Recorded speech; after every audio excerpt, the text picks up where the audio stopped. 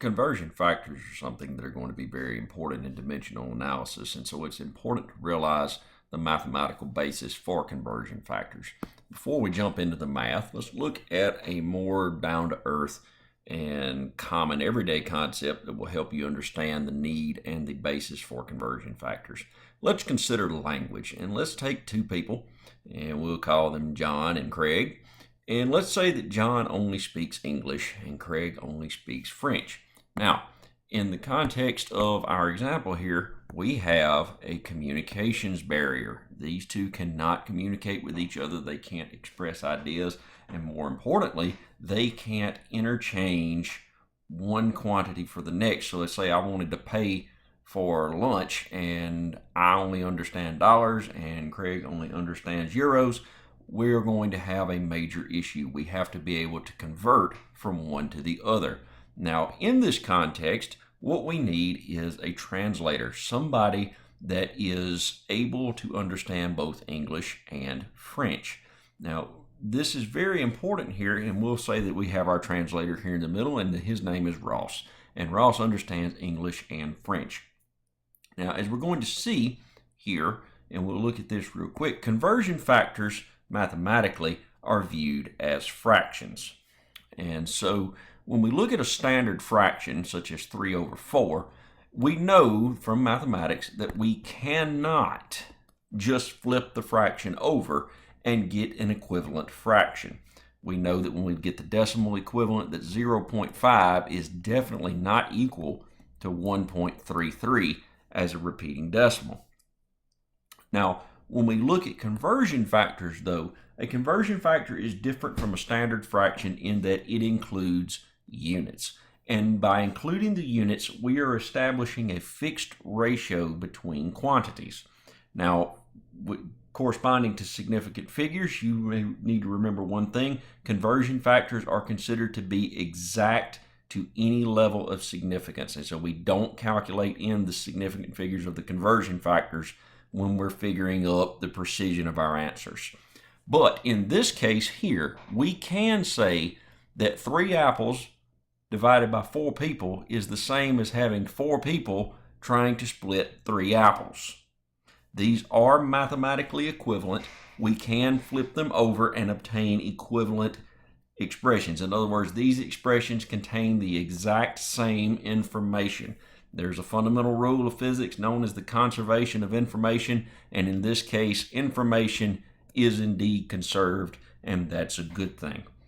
Going back to our language example, this is important in that whether Ross is speaking English and translating to French, or whether he is speaking French and translating to English, solely depends on what direction the communications pathway is taking. If it's going from John to Craig, he's going to take the English and convert it to French. If it's going from Craig to John, he's going to take the French and he's going to convert it to English. In other words, whether he puts the conversion factor in as English over French or French over English solely depends on who is doing the talking and who is being talked to.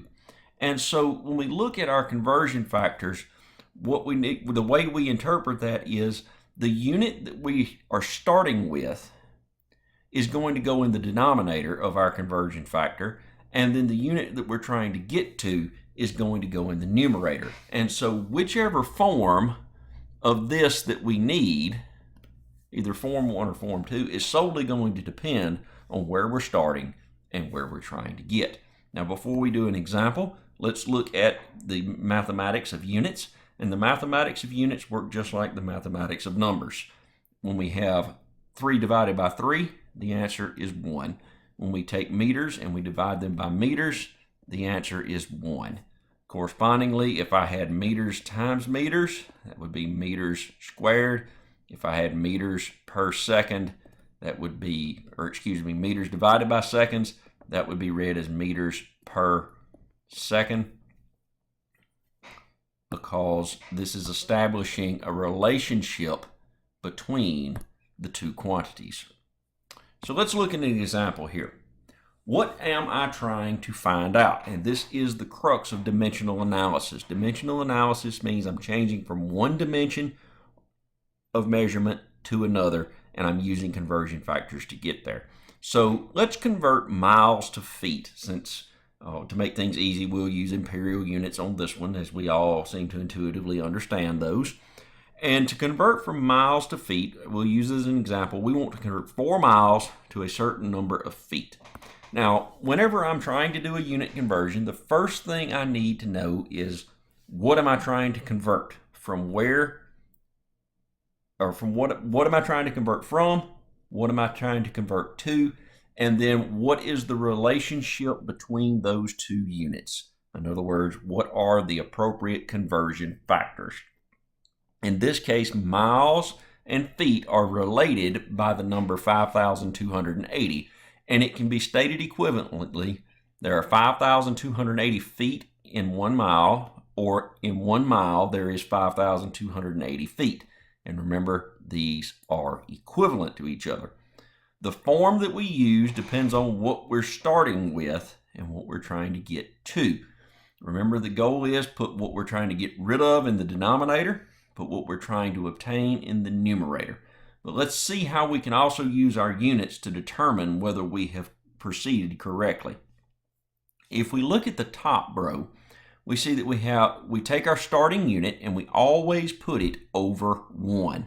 This is because of the necessity for fraction multiplication.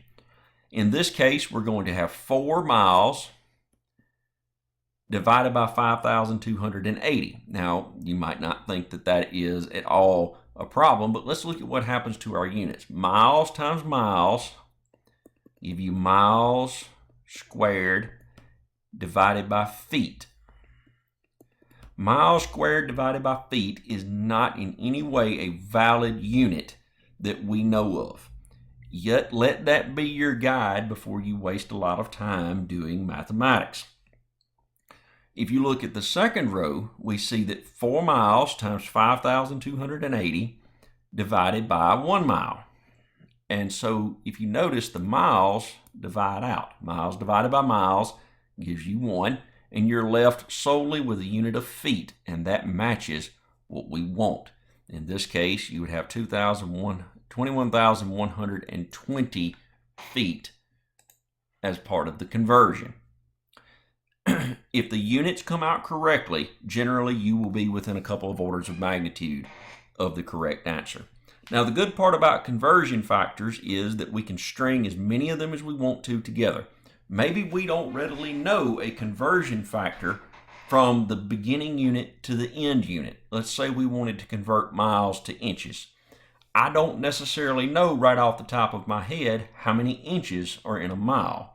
But what I do know is I know a conversion factor or a relationship between miles and feet, and then I know a relationship between feet and inches.